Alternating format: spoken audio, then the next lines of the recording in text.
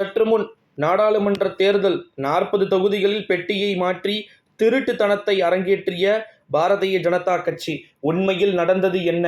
மிக முக்கியமான ஒரு தகவல் ஒன்றை பார்க்க போகிறோம் நண்பர்களே. இந்த வீடியோவை உங்கள் ஃப்ரெண்ட்ஸ் அண்ட் ஃபேமிலி எல்லாருக்குமே பார்த்தீங்கன்னா மோஸ்ட்லி ஷேர் பண்ணிக்கோங்க. 40 தொகுதிகளில் பார்த்தீங்கன்னா திட்டமிடப்பட்டு பெட்டிகள் மாற்றப்பட்டதா? இதை பற்றி தான் இந்த வீடியோவில் பார்க்க போகிறோம். ஏறத்தாழ உண்மைதான் நண்பர்களே. 40 தொகுதிகளாக இருக்கக்கூடிய நாடாளுமன்றத்துடைய தேர்தலில் நிறைய மாற்றங்களை பார்த்தீங்கன்னா செய்யறதுக்கு வாய்ப்புகளும் சாத்தியக்கூறுகளும் இருப்பதா தகவல்கள் என்பது வெளியாகி இருக்கக்கூடிய ஒரு வேளையிலே நாடாளுமன்றத்துடைய தேர்தலில் 40 தொகுதிகளிலுமே தோல்வி என்பது உறுதியான ஒன்றாக இருக்கிறது அப்படின்னு சொல்லிட்டு தகவல்கள் என்பது நமக்கு வெளியாகி இருக்கிறதை நம்மளால பார்க்க முடிகிறது நண்பர்களே. நான் ஏற்கனவே சொல்லிட்டேன், ஓகேங்களா? திமுகவினர் உஷாராக இருக்கணும். எந்த ஒரு தேர்தல்லையுமே உங்களுக்கு பெருசாக ஒரு சாட்டிஸ்ஃபேக்ஷனான ஒரு ரிசல்ட்ஸ் கிடைக்கலனா பிஜேபி விளையாடி இருக்காங்கன்னு அர்த்தம். புகுந்து விளையாடி இருக்காங்கன்னு அர்த்தம், ஓகேங்களா? ஆங்காங்கே சிசிடிவி கேமராக்கள் ஆஃப் செய்யப்படுவது திருட்டுத்தனமாக இல்லை, ஓகேங்களா? அது மட்டும் இல்லாமல் தேர்தல் ஆணையம் முழுமையாக பிஜேபியோட கண்ட்ரோல் இருக்கிறாங்க, ஓகேங்களா? ஸோ அதனால் பிஜேபியுடைய கண்ட்ரோலில் இருக்கிறதுனால அவங்க சைடு எந்த விதமான குற்றச்சாட்டுமே பார்த்திங்கன்னா கூறிட முடியாது அப்படின்லாம் கிடையாது.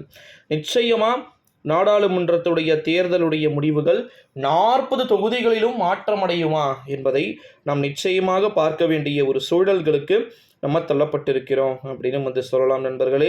தமிழ்நாட்டுடைய முதலமைச்சரும் திராவிட முன்னேற்ற கழகத்துடைய தலைவருமாக இருக்கக்கூடிய ஸ்டாலினுக்கு இந்த தேர்தல் ஒரு விஷ பரீட்சை அப்படின்னு சொல்லலாம். ஜெயிச்சார்னா மக்கள் கொடுத்த தீர்ப்பை தலைவர்கள் மூஞ்சால் அடிச்ச மாதிரி வாங்கிக்கணும்.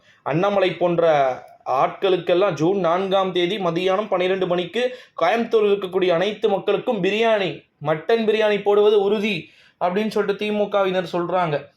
மேலே ஆட்சிக்கு எங்களால் வர முடியுதுனாலும் பரவாயில்ல, இந்தியா கூட்டணி பெரும்பாலும் அதீத தொகுதிகளை எடுக்க முடியலனாலும் பரவாயில்ல, அண்ணாமலை தோற்றார் என்றால் இங்கு கோயம்புத்தூரில் கொண்டாட்டம் இருக்கும். அன்னைக்கு நானே எக்ஸைட்மெண்ட் பண்ணுறேன்.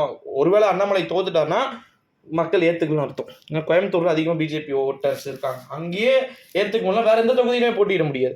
சங்கி மாவட்டம் அப்படின்னு பெயர் பெற்று விட்டது. கோயம்புத்தூர் சங்கி மாவட்டம் அப்படின்னு சொல்லிட்டு பெயர் பெற்ற மாவட்டமாக ஆகிவிட்டது.